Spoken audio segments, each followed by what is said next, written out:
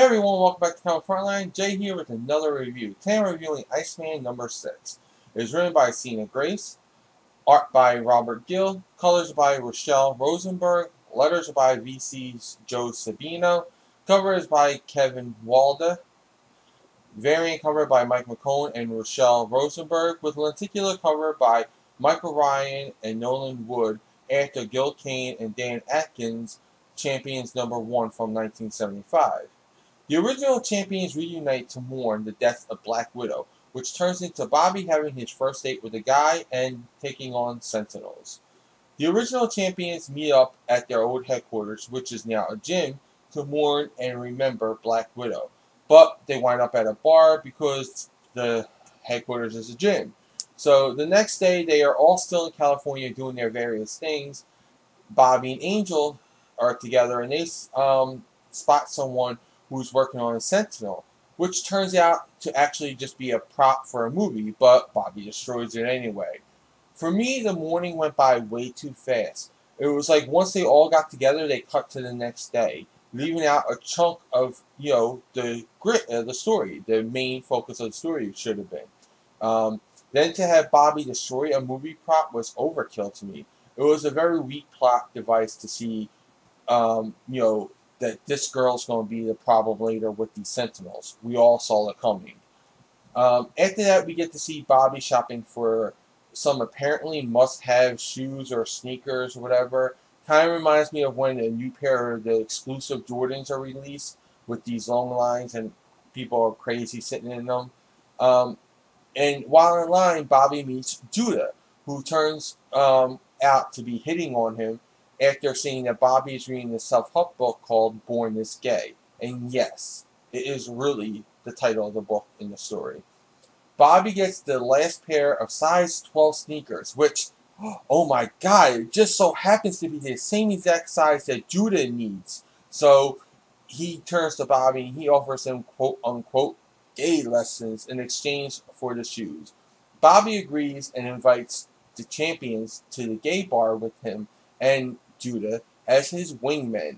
Judah turns out to be not just wanting the sneakers, but actually wanting a date with Bobby, and asks him to go back to his place. But before they can do that, the girl who says she was 4 weeks away from building the Sentinel earlier now has that complete Sentinel built, and not just one, but she has 7 in total, which she actually uses to get Iceman's attention so she can film it and release it online to gain funding for the movie, because it will be like publicity already in the bag.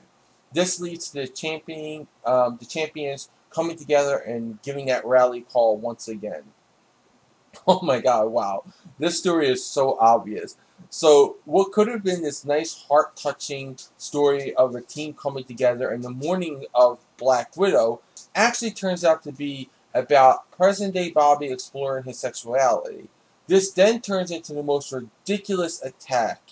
I mean, come on. The girl states over and over when we first see her, it would take her 4 weeks to finish this one Sentinel prop.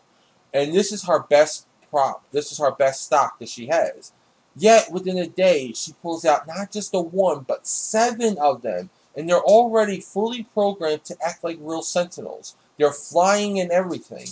I also felt that Bobby being okay with this new champions, which resulted in, their name being marketed and franchised out on shirts and everything like that, is, counter of what he was saying earlier about how their headquarters, which none of them have touched in years, is now a gym. But he was like so pissed off about that. Like, how could this happen? But he doesn't care that people are wearing champions t-shirts and baseball hats, and it became like a marketing ploy for this other fraction of people.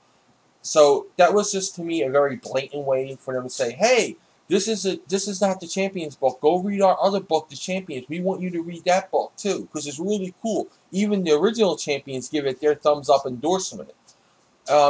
So it was just like so out of place for me. I give the story 0 stars. The art here was okay.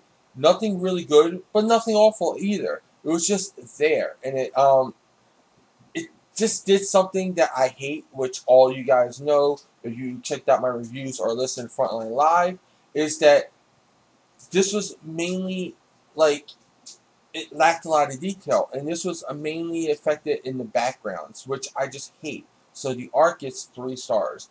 Overall, this was just a bad fanfic, to be honest.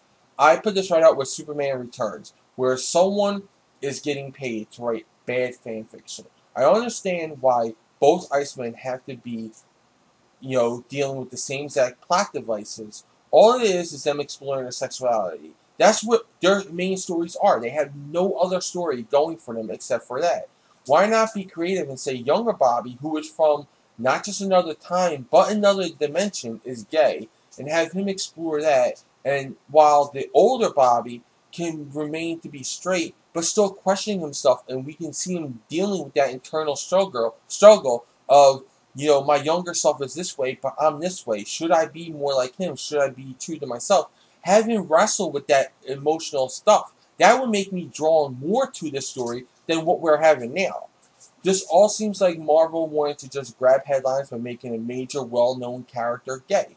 And thanks to Spider-Man and his amazing friends, Iceman is a big enough name to do that. So with the story getting 0 stars and the art getting 3 stars, I give this fanfic an overall of 1.5 stars and say you can skip it. Well, those are my thoughts. Now I want to hear yours in the comments below. Also, like this video, subscribe to Comic Frontline, check out and subscribe to my channel, The Comic Book Theater. Check out comicfrontline.com, the site for previews, reviews, news, and interviews, along with fun, unique features with daily updates. Continue the conversation and join us on our Discord for free. Don't forget to like and follow me, The Comic Book Theater, Media Manus, and Comic Frontline on Facebook, Twitter, Google+, and don't forget to catch Frontline Live every Tuesday night right here on YouTube and download it every week on iTunes for free. I'll include all these links in the description below. Until then, I'll catch you in the next review.